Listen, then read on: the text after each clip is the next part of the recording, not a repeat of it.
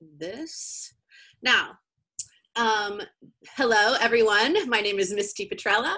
I am a business coach for really lovey-dovey entrepreneurs, which means I help you link your really big purpose in this world to profits, because you deserve and need both in your business. And today we are here to talk about confidently creating clients, because if we aren't doing that, we aren't making that money. And unfortunately for us, or not unfortunately, I should say, our impact is linked to our money. So if we're not making money, we're also not doing the thing we're meant to be doing out in the world. So let me fix this view real quick here. That's way better. Okay. So that's what we're going to be talking about today. My plan is that this is interactive and I'm not talking the whole time, because I think that would be super duper boring. So what we're going to do is make this a little bit interactive. And if anyone wants to, I'll probably have you put answers in the chat box too, just so people don't have to get on the camera if they don't want to. Thank you so much for joining, Krista and Esty. So look, I created this because we need as many people out there right now doing this work, not my work, your work, as possible. And this discovery call gets in the way so much. And most people think that it's the discovery call that doesn't work. Like this, they're trying to do it a different way, right? Like I can create all my clients through social media because no one's doing discovery calls anymore, because no one wants to be on them. And I say BS to that situation. It's complete and utter crap. And I'll say the reason that most people don't jump on a discovery call, and this is one of the secrets I'm sharing it very early on. I'm not sure if that's the wise way to go, but we'll do it that way anyway. One of the reasons that people aren't getting on your discovery call or on your email list or whatever, because there's so many of these things out there, right? There's so many coaches out there offering so many different things, right? And the reason that people aren't getting on your thing, booking your thing, getting on your list or whatever, listening to your podcast, is because it just isn't specific enough. Well, I'll tell you this. Here's how I know, okay? Because I've been doing this for about almost 7 years now. Actually, it is 7 years, because we're in January, so it's 7 years now. And when I first started, social media was new, okay? So you could go into almost any Facebook group and say, I have a session. Come work with me, and have a free session, and people would pile onto it. I mean, I was so busy in discovery calls because it was new, right? And so everyone, also the social media brought coaching to a lot more people than it had before. So we're touching new people. It's all exciting. It was very easy, right? You could say, this is what I used to say all the time, I have a business breakthrough session, not very specific, right? Sort of, you could see it's about business and there's a breakthrough, but you don't really know about what. You don't really know what kind of entrepreneur I'm helping, right? So that used to get me lots of clients, that very, very simple thing, okay? And what started to happen over time is as more people flood the market of coaching and healers, and you should know that is happening. I don't believe in competition, so don't worry about competition, but you should know that there are more and more people out there doing this. So the buyer is more sophisticated. They know more. Right. So we have to be way more specific. And that's the reason that people aren't jumping on your thing or buying your thing or taking your free discovery call or enrolling in your newsletter. If there's only 2 reasons why people don't buy. There's only 2. Well, 3, really. Quite frankly. 1, they don't understand what it is and how to use it. They don't know about it, or they honestly can't afford it. I mean, I can't afford $1 million house. I will one day, because I know it, but right now I can't. That's a reality. That's not something I can buy. Okay. So what I want you to think about here is, how you can get more specific in your discovery calls. So that's one of the secrets I'm giving away. So anyway, I didn't mean to start talking right away. My question really for you guys is, when you think about creating clients, when I say the idea of creating clients, what's the first thing that comes up for you? SD, feel free to put it in the chat if you can't join us in the discussion. I still want to hear your answer. Krista, what is the first thing that comes up for you when you think about creating clients? First word. First word, creating clients. Or sales, actually. We can put that in there too, sales. I think the first thing that comes to my mind is where am I getting them from? Like, where's it coming from? What do you mean by that? Like, this whole online thing, it's like you said, it's getting harder and harder. It used to be much easier to get people on discovery calls and all that kind of stuff. Mm-hmm. And now we've got to get more specific, and I'm learning that firsthand. We know that. If you have, a brick and mortar store, if you're showing up online and you're trying to be visible and you're trying to find your niche and find your people, I think for me, it's, creating clients is where are they coming from? Like where's the best place for me to find them? Where's your pool? Yes. Right. Okay. We'll talk about that. Esty, what do you got when I say like sales or creating clients? Hold on, you're muted right now. There you go. I'm muted. What comes up? What's the first thing that comes up for you? Hard. Okay. How do I find qualified prospects? That's the big question. How do I effectively qualify people? Okay. Yeah. We'll talk about that. Sorry, I'm writing that down. Great. Okay, qualified prospects. And that's actually seems to be the case for both of you. And I would say that's probably the case for everybody.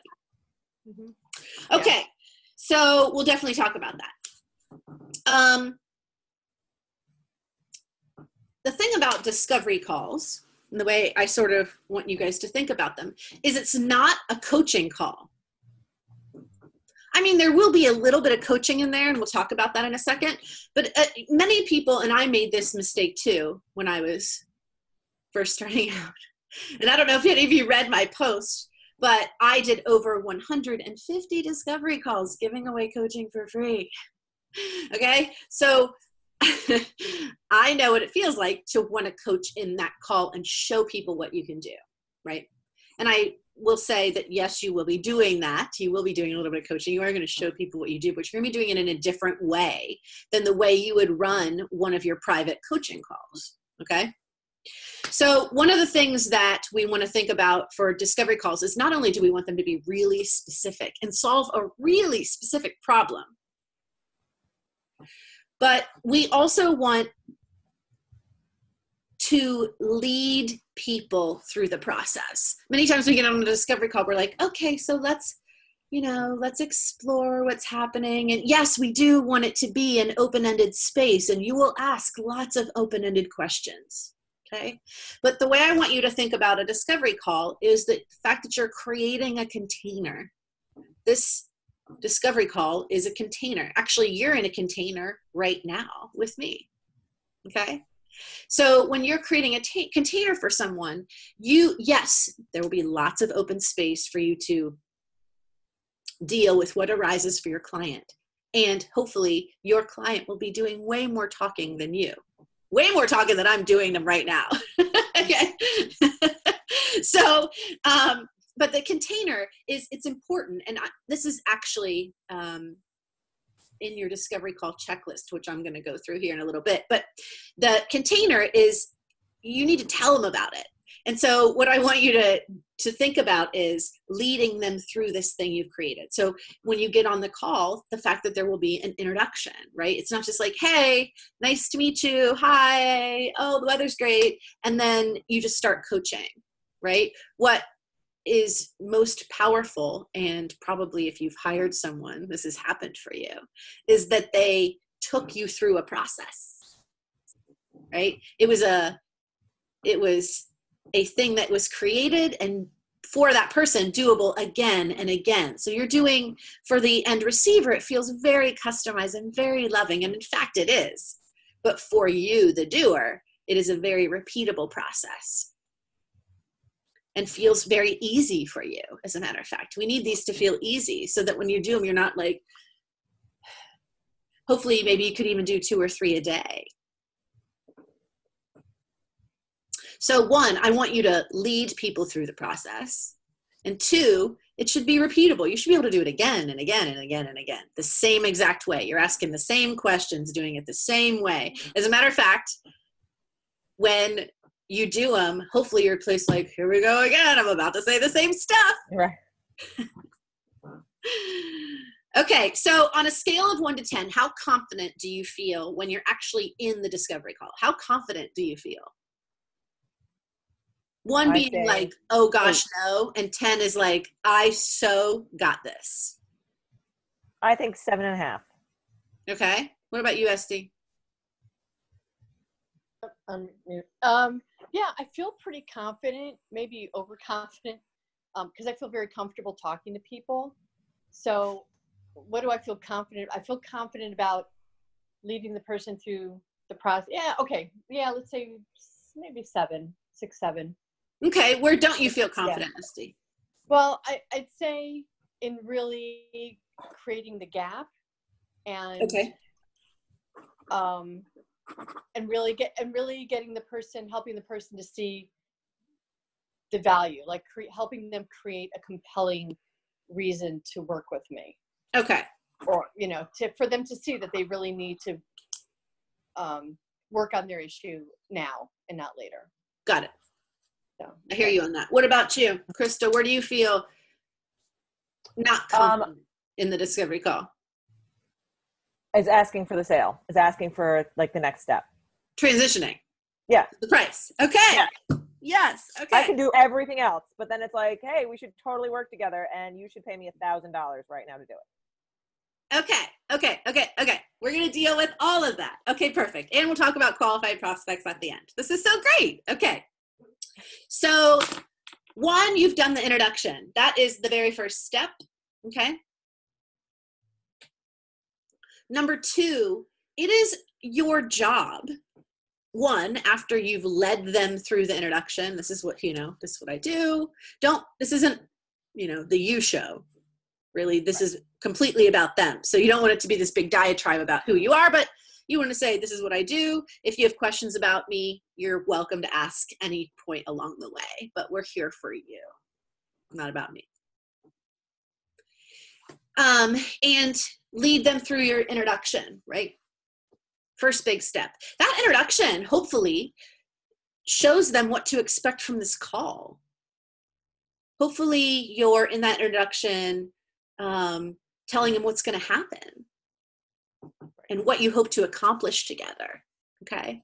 So hopefully that introduction, because guys, when you get on the phone with a coach or a healer, anyone who's doing this work, it's scary for them. You may be nervous and all up in your head and like, can I do this right? Will they like me? Da-da-da-da-da. They're the one with a real problem in their life, and they're about to talk to someone they don't know. So your ability to make them comfortable is a powerful thing in that first couple of minutes. Okay. And I help people do that a lot. Actually, it seems like a small thing, but for some reason it ends up being a more detailed thing than most people understand. Okay. Number 2, your job in this call is to diagnose what is happening with this person. Really, they're going to present a problem to you, but your job's to find out what's really going on. So to answer your first question, Esty, this helps, or not your first question, but one of the issues that you were talking about, and this helps set up the gap, is you have to explore their pain. And I don't mean gluttonously. I don't mean like manipulatively. I mean literally sitting there and talk to them about what is going on for them and holding space. And this is where you do coaching. I don't mean coach the problem, and I don't mean help them work through the issue to the solution. I mean, keep asking powerful questions. This is coaching at its finest, is like digging to the root of the problem. Your ability to do this makes people believe in you as a coach. Again, not manipulative. Most people getting on the phone with you have probably never talked about this with another person. They only know about it up here, right? The stuff that they can see. They have no idea how insidious their problem is. And if they're even on the phone with you, likely it's not a small problem. It might not be big enough for them to hire you, and we'll talk about that in a minute, but it is essential that you dig in and keep going. And what else? Tell me more about that. Until you've exhausted it. That is powerful for them also. Again, probably the first time they're dealing with this. Not every time, but mostly. Okay. So the next step after this is, on a scale of 1 to 10, how big is this problem? Because I'm going to tell you right now, if it's not at least an 8 or more, they are not going to hire you. It's not going to happen. It just isn't. I wish it would. It just isn't. Because here's why. Coaching is hard. Everyone thinks like, oh, I got to coach. My problem's over. No, they aren't. You're about to dig in deeper. It's about to get worse. It's about to get uglier before it gets prettier. You're going to get poked, prodded, pushed, and you're going to pay a good amount of money for it.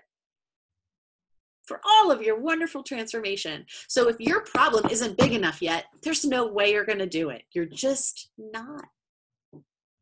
I wish people would decide to make change in their lives, not from pain. That's a thing we create in our lives, right? There's always the opportunity when you're like, oh, I know I should do this differently, but you don't until you're sick or whatever it is, right? So we have the chance to learn through pleasure, but we just don't. So again, coaching isn't easy. If that pain isn't, help me, right? So ask.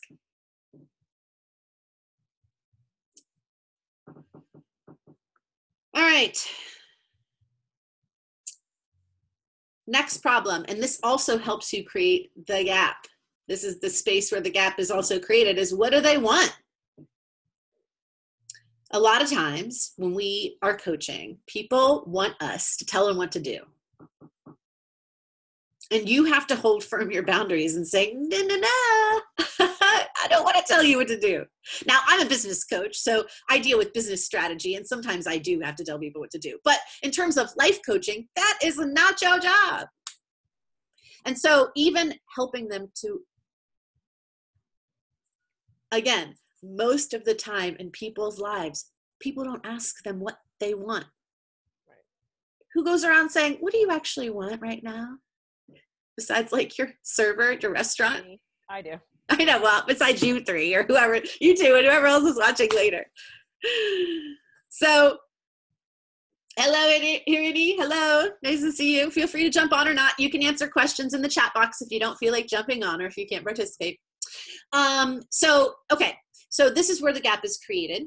We're going through the 5 big spots in the discovery call that you have to hit in order to help the client understand if they're ready to take steps to change their life or not. So that's what we're talking about right now. And right now we did first was the introduction. Number 2 is investigating the pain of it. And again, that's not manipulative. Most of the time people have not investigated it for themselves. So they need to understand how this is showing up in their lives that's bigger than they think, because it probably is. Number 3, and one of Estee's questions was, how do you create the gap? So the gap is created, 1, by figuring out where their pain is, and 2, figuring out what they want. So investigate what they want with as much depth as you investigated the pain. Equally. And then reflect back what you see. Because most people can't see themselves. I can't see myself the way other people, I can't see myself the way you guys even see me, right? So even having someone reflect that back to you is so powerful. For us, that seems tiny. right? That's like a tiny thing, not for the end user. It seems tiny, really, really big. That's how you create the gap.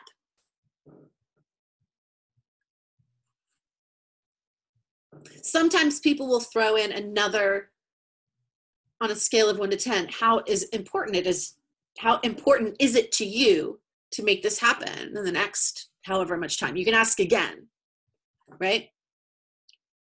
Continually putting it back on them to decide. It's not your job to say, you need to do this now. That's never our job. But it is our job to mirror for them what you are hearing. Very powerful for people. Okay.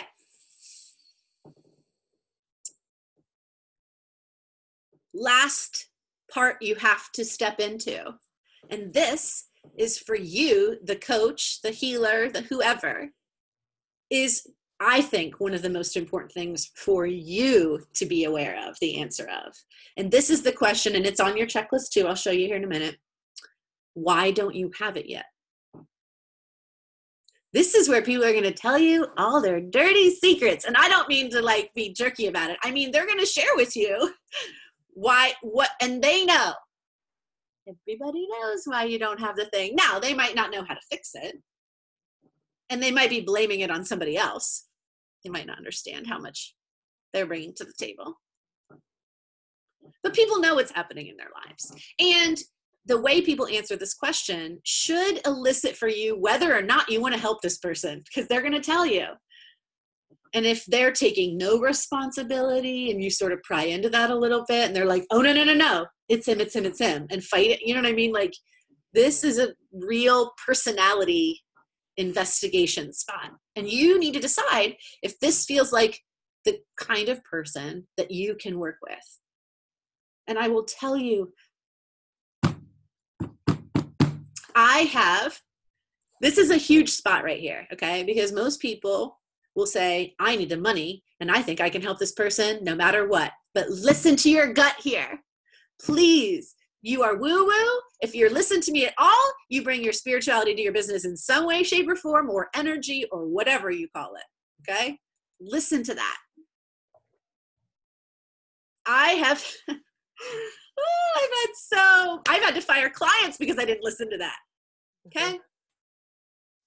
So I will say, whatever arises for you, pay attention and honor it because it knows more than you do.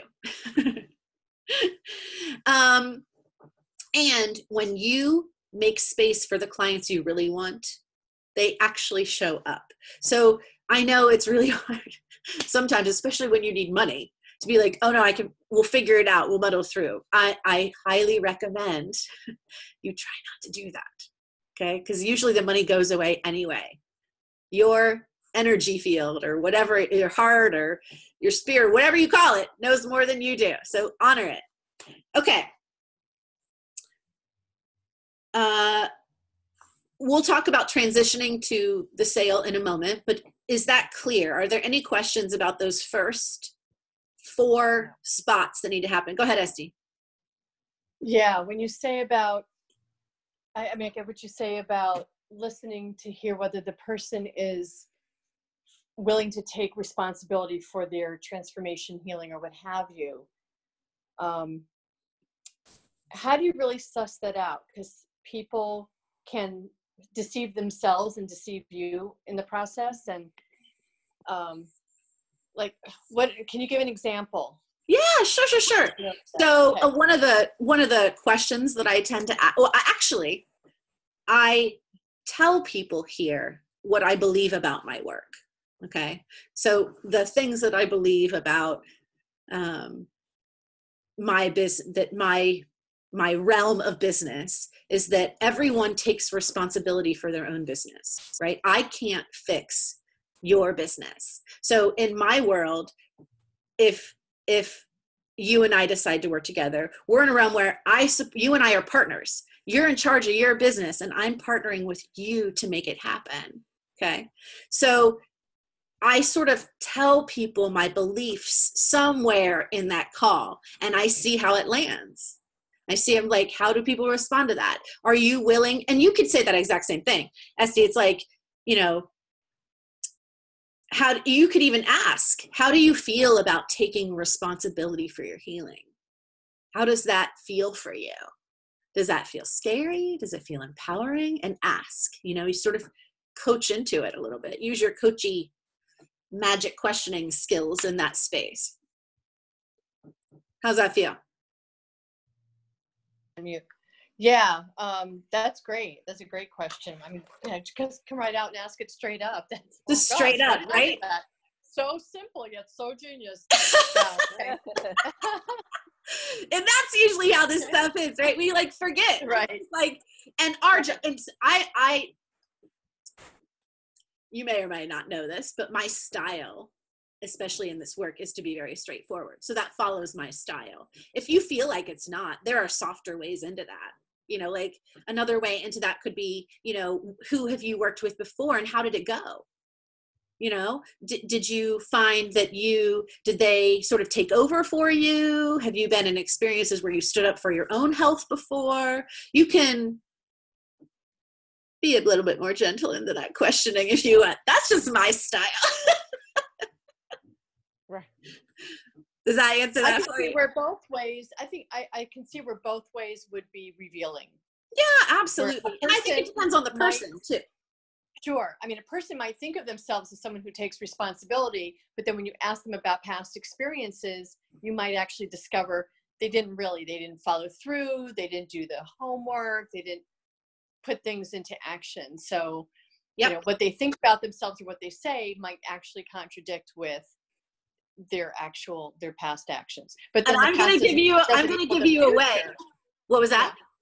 The past doesn't equal the future. So they Right. could say, well, I can see that I didn't make the effort. I didn't but now I'm really ready to, you know, step into it.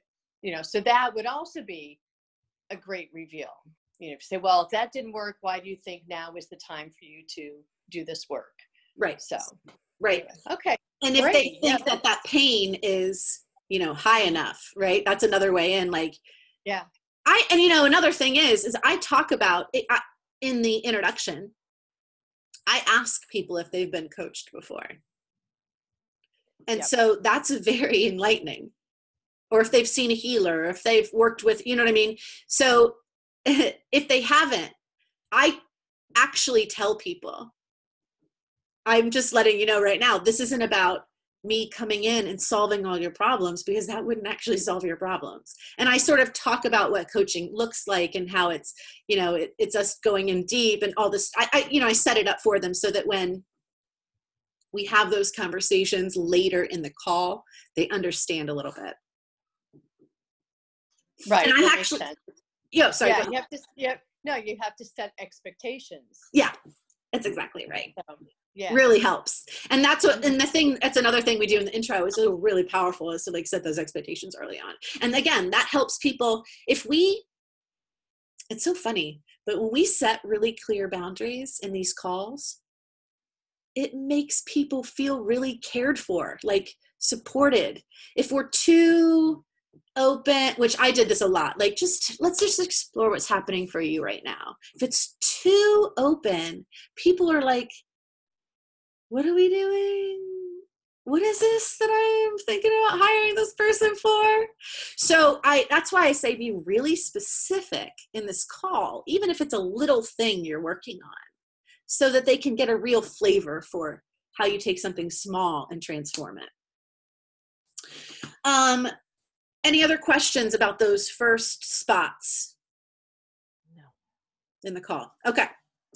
So then we talk about transitioning into the sale. Okay. And this is where I let the other person be in charge of the call. Because as soon as you start pushing your agenda on someone, they're going to feel sold. And that is not your job. Your job in this call is not to sell this person. Your job in this call is to serve the shit out of this person, right? If your job is to sell, you will be a yes man. If your job is to serve, you'll do what you need to do to serve, whether that's like whatever, and they'll be wowed by that. Do you know what I mean? So I would say, and we'll talk about this about mindset shifts in a minute, how to get like in the right frame of mind for the call. But, well, okay, I'll just leave it at that. We'll talk about that in a second. Okay, so finally, when you're transitioning to the sale, we want to let them be in charge. Again, not there to push it. So I say, after we've had this beautiful conversation, we've spent time together, my next question is, I happen to have something that really works to solve the issues that you say you've been dealing with. Would you like to hear about it? And you put it on them. It is not your job to decide if they want to go into the sale or not. You put it on them. If they say no, it's totally okay. You just keep coaching for the rest of the call and keep serving the shit out of this person and then invite them to something free. Okay? But if they say yes, what you talk about first is, hey, I hear what you're saying about, and re-list out their problems. Go back into what they said. I hear you. I've just spent time with you. I hear what you're telling me. This is what you're struggling with. And reflect it back. They're going to feel so heard. And in fact, they were. Then tell them the benefits of your thing. Well, this thing I think would be right for you because we address this, this, this, this, and this, which deal with your 5 problems. So you go directly into the benefits of it and how it relates to what they told you. Not manipulative. This makes people feel heard. You listened to what they said. You better know what their problems are and how this thing can meet them directly because you've just been together for a while. So reflect it. And then ask, is that what you were looking for? And let them decide. Yes, oh my God, that's exactly what that is exactly what I needed. How did you know that's what, girl, I know. Or they'll say, yes, but I also have this problem and this problem. What about that? And if you have to design something on the fly, then just do it. Oh, well. Or if you just add something simple on that doesn't cost you anything to do, just do the same thing and be flexible in this end space a little bit. Not in the price, but only in the shaping of the package. All right. And then, is that what you were looking for? If they say yes, keep moving. Okay, great. Let's talk about how we make that happen. And then you go into logistics. Don't you be starting with those logistics first, because nobody cares how many times you're meeting unless they already know that this thing's going to work. So go straight into the benefits and tell them how you're going to make it happen. This is how we do it.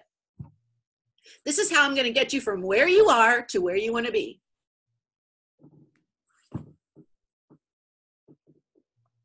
Again, is that what you were looking for? Leave it back on them.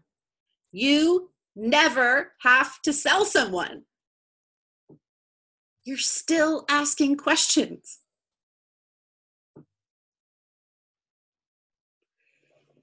So, is that what you were looking for? Yes, oh shit, that sounds amazing. How do I get that? Or, you know what, that was great, but I don't have that much time. I really don't want to spend 3 months. Can you and I meet a couple times and, do an intensive instead? Great. Same price, do it that way instead. Use the same content, do the same thing, just package it in a smaller time frame. Great. Totally, we can do that. That's actually not a problem whatsoever. They'll tell you.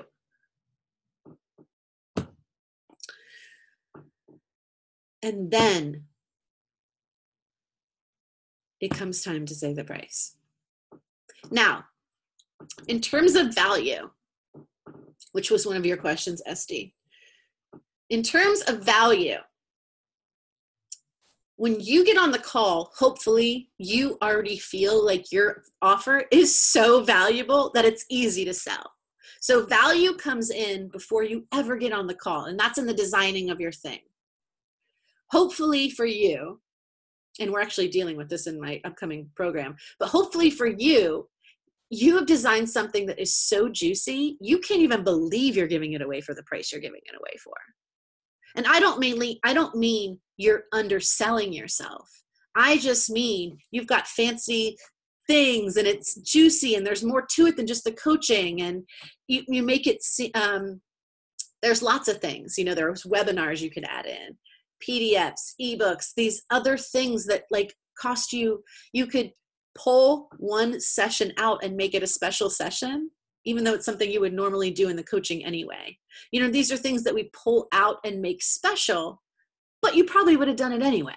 You know what I mean? That comes in before you ever get on the call. All right. That is so when you get on the call, you are fully armed with your awesomeness. So it's easy for you to say the price, especially when you know that this person needs you so badly. They really like the benefits.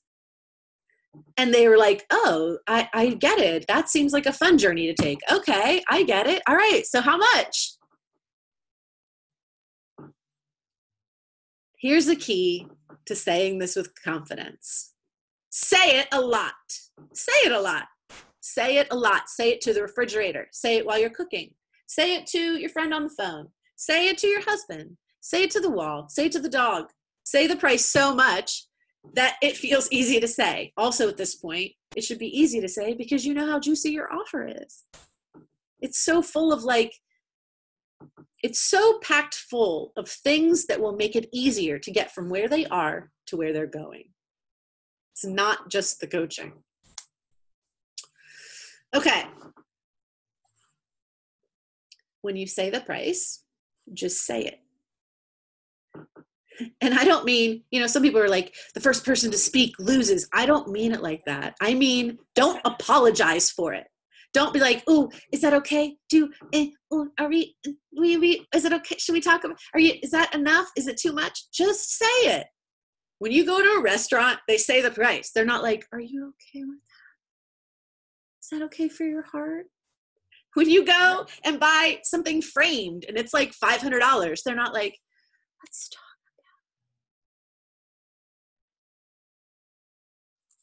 You just say the price. Do you want it or do you not want it? I love this thing. I'm going to talk to a lot more people. If you don't want it, that's okay. I love you. I'm here to serve. I'm just going to keep moving on. You feel me? Now, if you take that energy in, people are like, oh, well, she doesn't need me. So, but I do kind of like the thing. All right, I'll buy it. But if you're like, so how is the offer? Is that really what you need? How do you feel about it? Should we talk about it? Is it, I don't know. You know, like all of this energy that comes around, it makes you seem so much more desperate. And people don't know what that is. They don't understand it's like desperateness, but they just can't figure out why. And they're like, it's just not my girl. I'll keep moving on. Do you know what I mean? They just say no, and they probably don't even know why. So just say it and be quiet. If they have questions, maybe you have a payment plan. Is there a way to make that cheaper? Sure. La, la, la, la, la. You can talk about the price. And people are going to say to you, whoa, that's too expensive. I can't afford that. Okay, let's talk about it. What's going on? Your job is not to jump into their world and believe what they say. Ask them about it.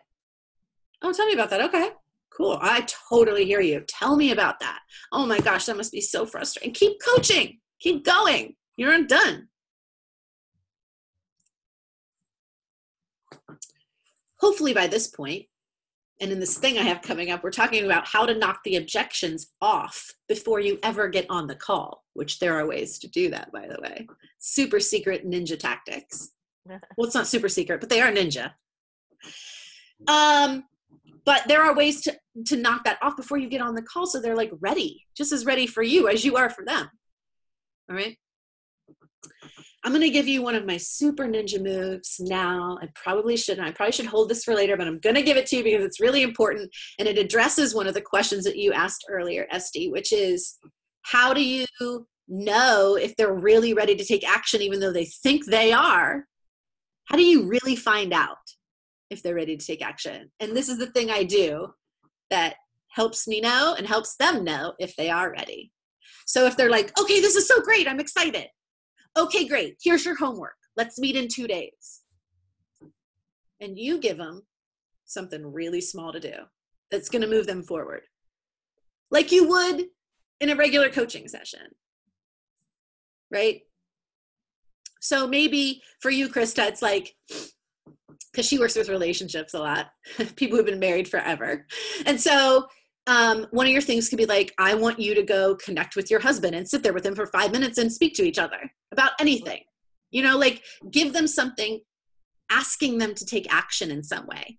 And it should be very small. And agree on the time and date of your next meeting while you're on the phone.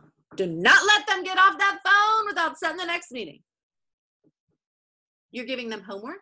You want to know how it went? Meet the next day. I don't care. Meet a couple hours later. Go do this thing. Come back. If they haven't done it or they don't meet you, they were not going to be your client ever, no matter what they think. Because also, it's super exciting to talk to a coach. But the reality hits the road when you get off the phone. You're like, oh, I'm back in my world again. Oof.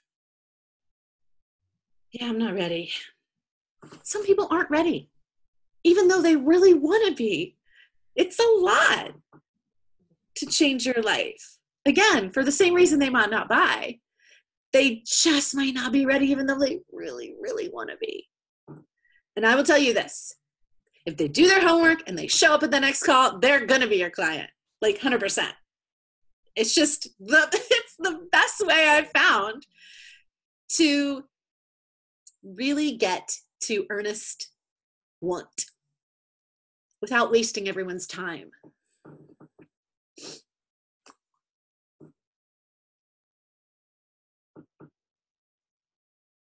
Any questions so far? Does that feel more clear? Does anyone feel like more clear since we got on the phone? Yeah. You feel more clear? Okay, good. That's really important to me. That's good. Okay. Did you have a question, Esty? Misty? Yeah. Yeah, I have a question about the last part. Yeah. That you said about like giving them a little homework, setting another time to meet. That sounds great, but if you're letting them go back into their world rather than helping them make an empowered choice right there and then like I'm a little conflicted. I mean, I see the point of what you're saying, but at the same time, it's like you've got them now in this heightened, this state, this awareness of where they are, where they want to be, this gap, what you can offer. It's my understanding that you really want to help them make a decision here and now.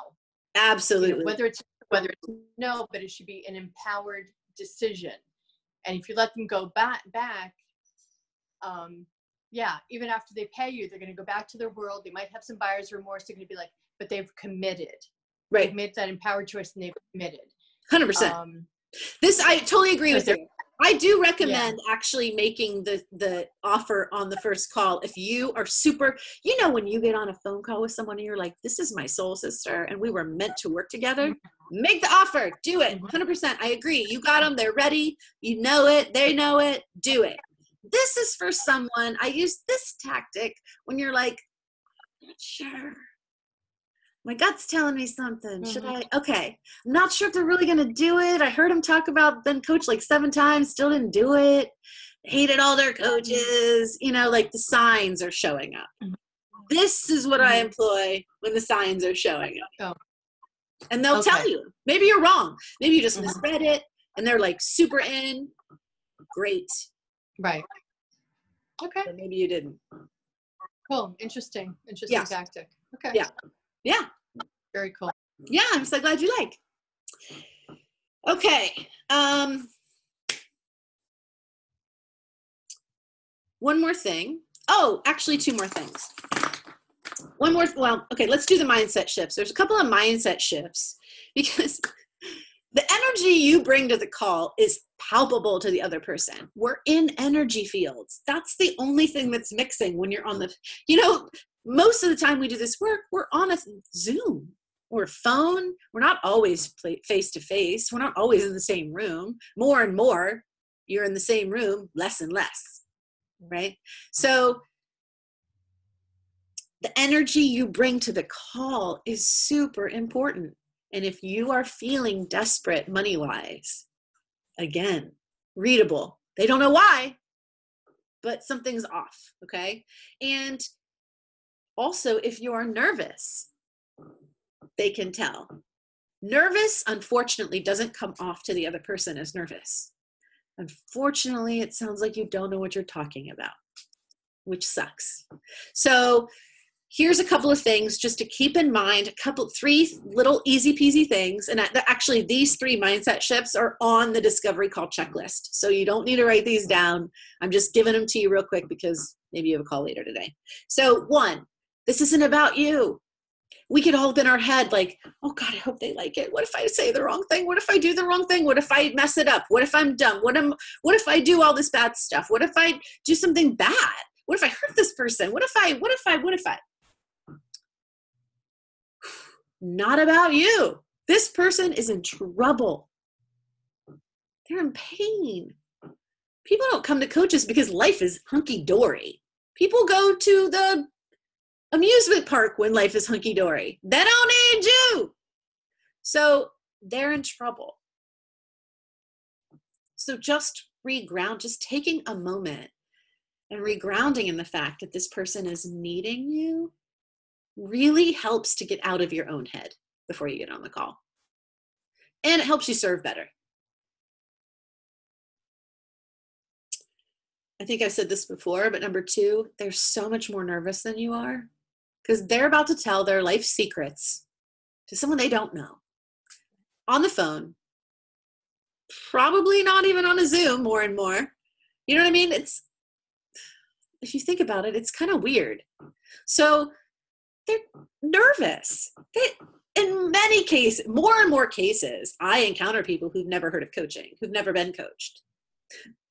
So that's nerve. You don't even know what's going to happen if you've never been coached. She can tell me to jump on my head. What, am I going to run around the block? Am I going to be on a race now? She can tell me to change my life. Many people think we're going to tell you what to do. We don't. So again, they're really nervous. So if someone's really nervous, don't you want to be there for them? For me, that helps me get back out of my head and really want to be supportive and loving and nurturing. And I did say this before, but if you find yourself going, oh my God, I need to book this call, before you get on the call, you're in trouble. You're already in the wrong energy. It makes you sound desperate, okay? You need to get out of desperate and into leadership. That's the best way I can kick that one. If I'm feeling desperate, I need to lead this person. And leadership takes the energy, right? So it shifts me out of focusing on my own crap and being of service. How am I going to lead this person who's in trouble? So I recommend just before, especially if you are newer to working out the kinks of your discovery calls, the best thing I ever did was take a minute and just sit there and ground and breathe and get back in my body before I get on the call, before we ever speak. Okay, so for anyone showing up either later today or now, I'm going to show you really quick my discovery call checklist that everyone's going to get a copy of. It's right here. Here it is. Okay, this is just the first part right here is the mindset shift part. Boom, boom, boom. Don't worry about it. Here's the discovery call checklist. So here's the introduction. Why is the person here? What's the problem? What do they want? Why don't they have it? Then I talk about do you want to give them a little piece of homework? Don't solve everyone's problems. They won't need you anymore. Okay. And that is actually, if you overcoach on the call, people walk away feeling like my world is different and it's changed and I'm all better. And in fact, they're not. So really, if you overcoach on that first call, you're doing a huge amount of disservice. Did I transition to the solution? Did I say my price? And what's the next step, right? So all on this one page right here, you have everything you need. Boop. Okay. So I just print these out before calls. Well, now I've been doing this for so long. Like I just know the steps and I just make notes on my page. But when I first started doing it, I printed this out. And I still have it. I still have it full, because I told you I did over 100. I mean, now I've done like, I don't even know, hundreds and hundreds and hundreds of discovery calls, probably 300, 400, 500 discovery calls now. But back then I did over 150 discovery calls just trying to figure it out. So I had like file folders of pages of these things. So I highly recommend printing it out and filling it out for each one. It also helps keep track of what you're doing. Okay. Now also, because I realize how difficult it is to get, and anyone who's showing up now or later gets this discovery call checklist. So thank you so much for being here. And then one final thing before I ask final questions is I'm offering discovery calls to help you get really specific about your discovery call, because most people don't understand what I mean when I say you have to be so specific. Okay. So what I'm offering is 30 minutes, you and me, taking your discovery call and making it so people are like, oh my God, I want that. I want that. Okay. So I'm going to send anyone who's watching now or later, and I have your email address because you gave it to me, the link to book that call. Completely free. I'm just being of service and just doing them. Okay. Because it drives me crazy when people are like, let's jump on like you see those posts in the social medias. I mean, come on, you scroll through them all day long. No one's booking them. No one's clicking on their stuff. And I think in a very short period of time, we can end that for you. So I'm going to send you that later today too. Okay. Any other questions, comments, concerns about anything we talked about around discovery calls, how to make them work? Oh, one thing I didn't talk about was qualified prospects. That was a question. Really quick, I'll answer. Okay. In this upcoming thing I have, we're talking, it's called Confident and Fully Booked. We're actually spending time doing this. Okay. But for right now, the idea when you are talking about getting people to get on the phone, like how do you get in front of people? How do you get people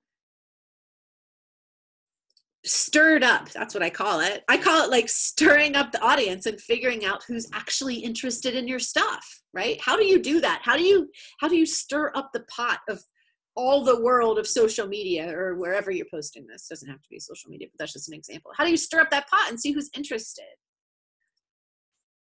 And this is about taking your everyday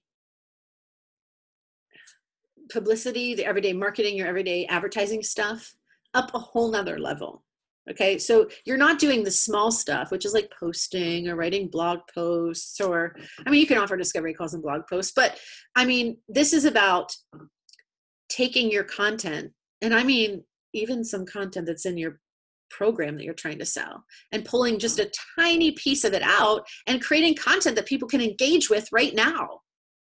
So there's a million ways to do this, right? But this is offering, I call it medium level, right? So these are challenges and webinars, and you're in one right now, right? You're in an online sales workshop, right? This is a medium level piece of content that I know people really need. And for the same exact reason as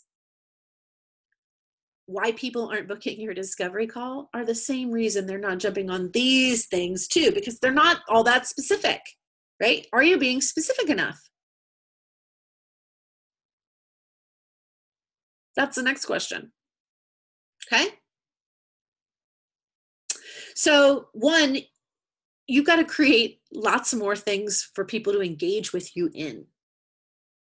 Are you doing that? And are they really specific? Now, if you're first starting out,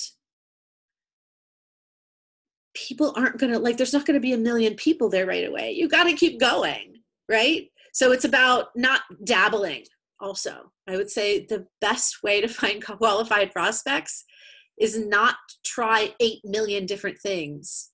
It's like choose the 2 or 3 things you really love to do and keep doing them. But what are those? They could be anything. You know, some people are like, you have to do webinars. No, you don't. You have to run challenges. No, you don't. You have to do it this way. You have to do it this. No, you don't. What's most important when you are trying to find qualified prospects is the things that you're doing, those mid-level sort of marketing and content things like this sort of level are things you enjoy. I love doing these, right? Even if no one was here, I would still be doing the same exact recording in the same exact way. Okay. So finding qualified prospects is going out there and leading people, not waiting for them to come to you. You got to go out there and lead them. Lead them into what is the next best thing for their heart and life, or lead them into helping them discover that for themselves. The difference between this is, here's the energy difference. Oh, I hope you book a call. It'd be so great to see you. Let's connect. Versus, here's why you need to book this call. It's time to change your life now. Let's not wait until the end of 2019. Let's do it now. It's your time. That's the energy difference. So you want to lead people like that. Okay? When you're, no, that's good for now. I don't want to overdo it. It's just more content. Okay? Does that answer, and does that help answer that question a little bit? Krista, I think that was your question about finding qualified. Does that help a little bit? If you aren't getting enough response, you do more things. That's it. Those things accumulate. People start to see you everywhere. And they're like, oh, shit, she's doing some stuff. Okay, I get it. You see what I mean? You just keep showing up. Don't worry about the response. Just keep showing up and people will follow. Okay. Well, that, like, 1 hour, almost on the nose. I mean, hello. Okay, any questions, comments, concerns about anything I talked about today? Esty, did I answer your question a little bit about qualified prospects? Yes. Okay. Yes, definitely. Thank you. Mm-hmm. Yeah, absolutely. There's, I believe there's, 4 main chunks to the process, the sales process, right? There's like doing all the stuff that gets you in front of the right people. Then there's like the actual discovery call. Then there's your service. And then there's what do you do when you're done?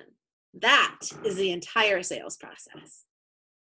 So what you do to qualify people, that marketing stuff up front, is just as important as what you're doing on the back end to keep them with you, or not, whatever's in the best interests of everybody involved. Okay? So I think I pretty much hit everything. Like I said, please, if you are finding that your discovery call isn't getting booked, please reach out and just grab one of these 30-minute sessions. It's quick. It really doesn't take that much to fix it. I know we can. I've helped lots of people shift this thing around. So I would love to help you do that too. Okay, guys? I hope you have an amazing day. Thank you so much for joining me, you two. This was wonderful. It was so wonderful to see you here. You guys have an awesome rest of your day. And when I send you this discovery call checklist, let me know how it goes. If you're using it, if you're not, I would love to hear if you think it's valuable or whatever. Okay? Cool. How do we book the 30-minute session with you? Oh, I'm going to send you a link when I send you the discovery call checklist. So I'll send it in the next, 30 minutes, half hour, something like that. I just said the same advice. Okay. Thank you. All right, This you're was very great, welcome, Missy. doll. I Thank hope you you guys so have an much. amazing day. I'll see you guys on the flip Bye. side. Bye-bye. Bye.